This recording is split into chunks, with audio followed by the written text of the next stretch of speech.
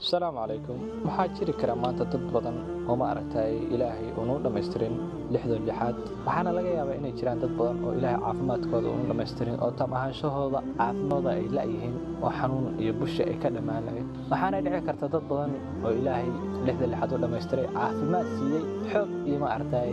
caafimaad isku daray ilaahay baa dhici karta haddaba adigu walaalow maxaa ku diiday inaad ilaahay ku shuurido haddii aad maanta uu ku dhameystiray lixdo lixaad waxaa jira dad badan oo haysanin oo ma aragtay ilaahay u dhameystirin adigu hadduu ilaahay ku dhameystiray haddaba ilaahay ku xamdi nimcadaas waa nimco uu ilaahay ku siiyay nimcada sideeda qofka bini'aadamka intuu hayo ma dareemo laakiin markuu waayo ayuu dareemaa fadlan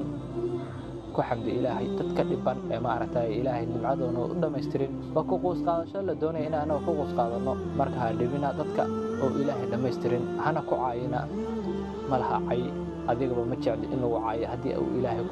ku dhameystirin lahayn in lagu caayo ilaahay ma aragtay uunka uu ku uumay oo waxaad aad jecelaysanayn dadka bini'aadamka uu ilaahay dhameystirin ha ku caayina fadlan assalaamu calaykum waraxmatullaahi wabarakaatuh وننزل من القرآن ما هو شفاء ورحمة للمؤمنين ولا يزيد الظالمين إلا